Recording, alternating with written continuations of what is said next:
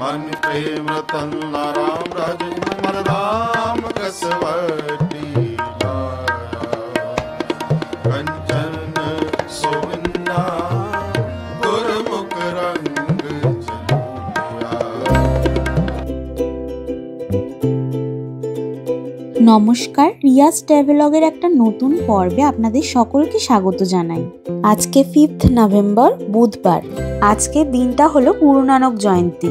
তাই আজকে সন্ধেবেলায় আমরা চলে গিয়েছিলাম ডানলপের একটি গুরুদুয়ারাতে। প্রায় প্রতি বছরই আমরা এই দিনটিতে এই গুরুদুয়ারাটিতে আসি। শুধু এই দিনটিতেই নয়, মাঝে মাঝেই এখানে আমরা আসার চেষ্টা করি। খুবই শান্তির জায়গা, আসলে মনটা একদম ভালো হয়ে যায়। আমরা ভেতরে প্রবেশ করে প্রথমেই চলে গেলাম জুতো রাখার জায়গায়। এখানেই জুতোগুলো জমা দিয়ে তারপরে ভেতরে প্রবেশ করতে হবে। আমাদের সাথে হেলমেটও ছিল, তাই এখানেই আমরা হেলমেটগুলোও জমা করে দিলাম।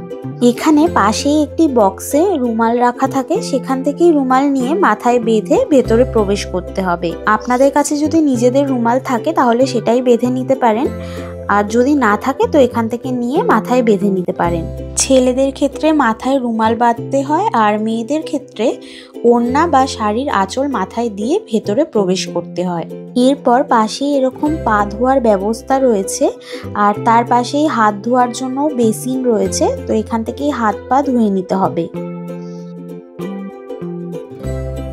ভেতরটা আপনারা দেখতেই পাচ্ছেন, খুব সুন্দরভাবে পুরো গুরুদুয়ারাটাই সাজানো হয়েছিল।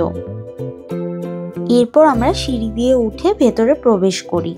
গুরু নানক জয়ন্তী উপলক্ষে প্রচুর মানুষ, প্রচুর ভক্তরা এসেছিলেন এখানে ভগবানকে প্রণাম জানাতে। এই দিনটিতে গুরু নানক দেবজির জন্মোৎসব পালন করা হয়। আবার এই দিনটিকে গুরু পুরবও বলা হয়ে থাকে। আমরা ভেতরে গিয়ে প্রথমেই ভগবানকে প্রণাম জানাই এবং প্রসাদ গ্রহণ করি।